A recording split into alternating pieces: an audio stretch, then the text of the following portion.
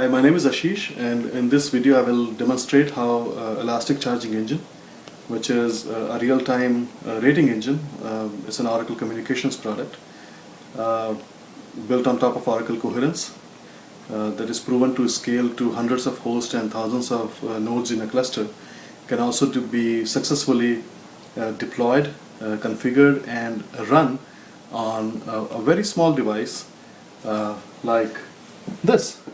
This is a Raspberry Pi, a $35 fully functional computer, possibly the cheapest and the smallest computer available today. If you look at this, it has HDMI interface that I have connected to my television, using it as my monitor, Cat5 connectivity for my internet, a couple of USB that I'm using to connect my mouse and a keyboard, audio and video interface, a mini USB that I'm using to power up this device. I'm using this laptop as a power source. I'm not using this laptop for anything else.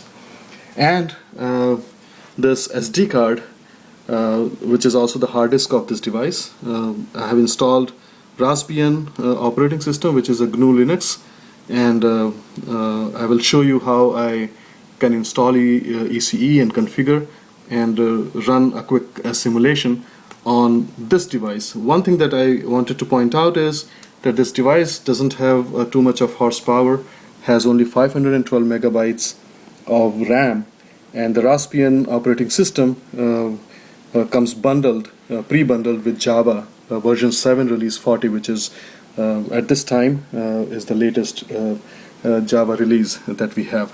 So if you look at the screen, I have already booted this device with Raspbian Linux, and let me log in with a default account. So if you look at this, I am in, and for ECE to work, it only requires the core ECE. It only requires two technologies. The first is Java, and the other one is Groovy, which is another JVM language, but we have a control shell that gives access to the ECE services, ECE nodes, so that we can start and stop and manage the processes, load the data. So that's purely written in Groovy, so we had to install Groovy on this device. I've done some homework before this demo, and I have already installed Groovy 213 on this device. If you look at the Java version, it is 170, minor release 40. It's a client VM Java hotspot. Then what I have done is I've created a directory, target, and this is the infrastructure.zip, which is the ECE, the core ECE artifact. Now if you go and download ECE from portals like eDelivery, you will get an OUI, Oracle Universal Installer, that typically you would use to install ECE, but OUI is actually more functionally rich, because if ECE is used in an integrated environment with other systems, it makes those configuration much easier. But to quickly get started, this is an infrastructure.zip that I built from the source of ECE, and we can very easily distribute this. And all I have to do, and this is another focus that I want to bring, is that how simple the installation of core ECE is. All I have to do is to just inflate this jar, and it will create all the different directory structures. All the libraries that are required for ECE to work are pre-bundled, so you don't have to install anything else outside of it. It has a bin directory which has scripts that we can run, lib for all the jar, config directory for all the system configuration, and a couple of other directories that if you look at the structures it has. And one thing that I would like to show you is the directory called sample data. So sample data is a directory where this product comes pre-bundled with some sample customer data or sample referential data, like pricing and rate plans that we can use for the product simulation. So now here what I do is the first thing I will go to the config directory and open a file called default tuning profile.properties. So this default tuning profile properties has some pre-configured configuration for the JVM for each node that you have in the ECE cluster. So if you look at this, it comes with 1 gig of heap, MS and MX, but the Raspberry Pi only has 512 megabytes of RAM. So we need to make sure that the heap that we allocate can be committed against this RAM. So let me change it to something, let's say 128 megabytes, 128 megabytes, and a little bit. Let's say this. So I save this. I go to the bin directory. The U mode is not properly set here, so I need to make sure that all these scripts are executables. So I change the file permissions here, and then we run the ECC command. So if you look at the ECC command, this is the Groovy shell that I was talking about. It throws an exception here, line number 17. It says set FACL not found. Now set FACL is a script often available in most of the Linux versions. It actually sets the file permissions, and it's only used or required if you're using Groovy or this whole shell and the product in a much more locked down environment. For the matter of Raspberry Pi, we don't have to worry about that, so we can safely ignore this error. The second line is a starting Oracle communication elastic charging engine 11.2.0, a snapshot. This is an artifact that I built from the source. 11.2 version is the last released version of the product called Amazon.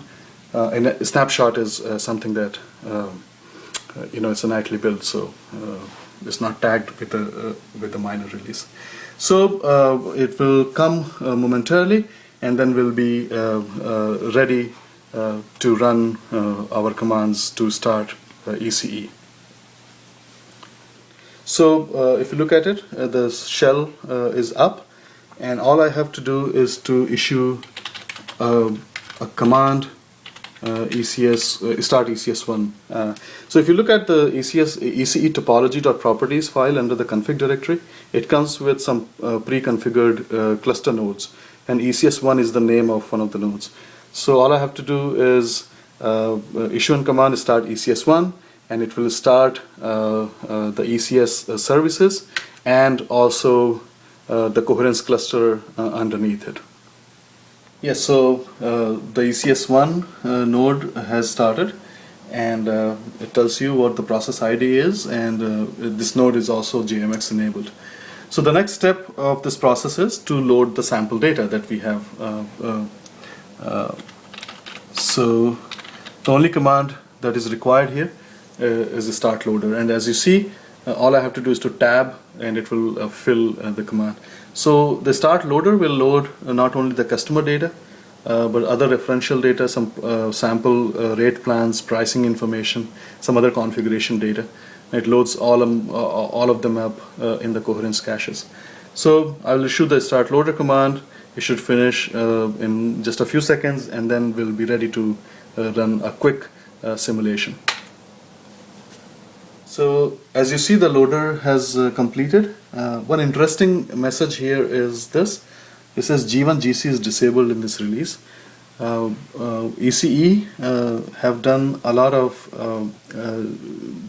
GC tuning, and all our activities have been around G1 garbage collector.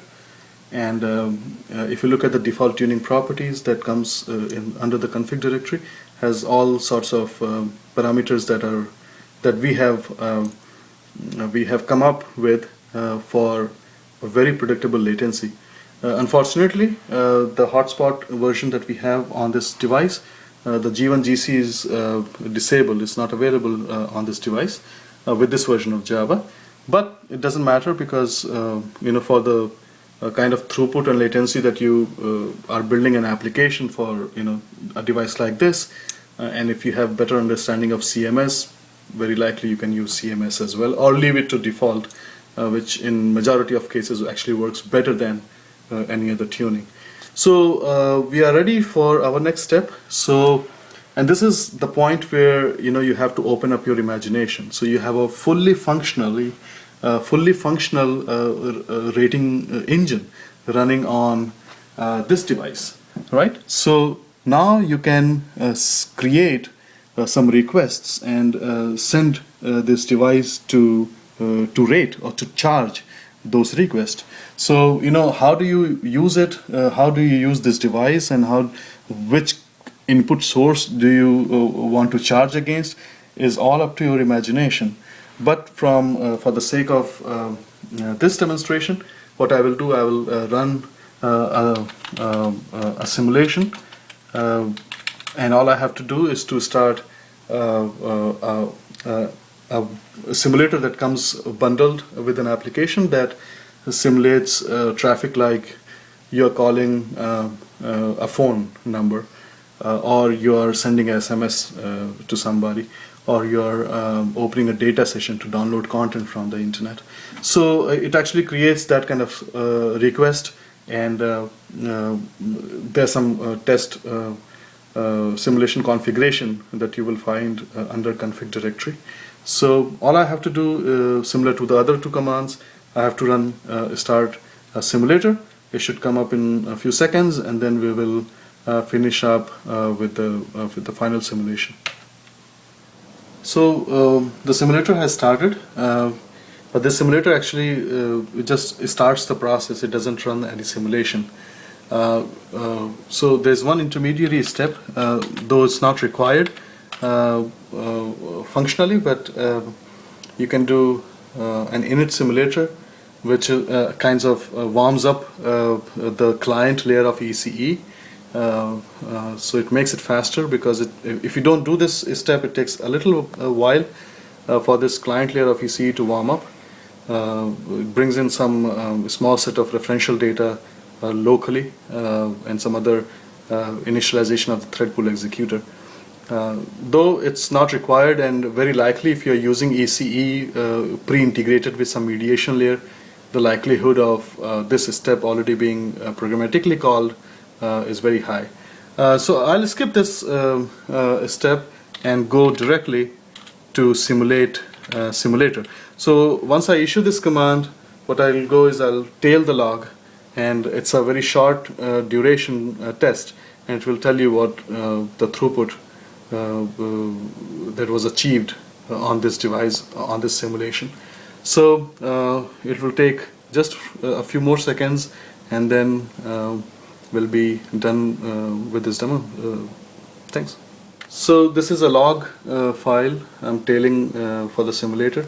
So if you look at this, the simulator has ended, and if you concentrate here, the throughput is 38 operations per second on this small little device, which I believe is pretty cool. There's no other tuning done, nothing, just vanilla install, a little bit change in the heap size, and here you go. So when we talk about scalability, we always think about how a product scales up to multiple hosts, to a bigger cluster.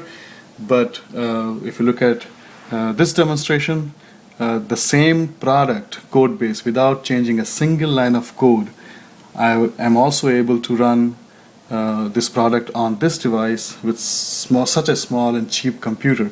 And this does talk about how low the memory footprint of Elastic Charging Engine is. That is proven to scale on many hosts, a very huge cluster size. It was benchmarked for about 1200 to 1500 operations per second per core. It's a massive product. It's the Internet of Things, but can also be deployed on such a device. So that talks a lot about this product. And with this demo, enjoy.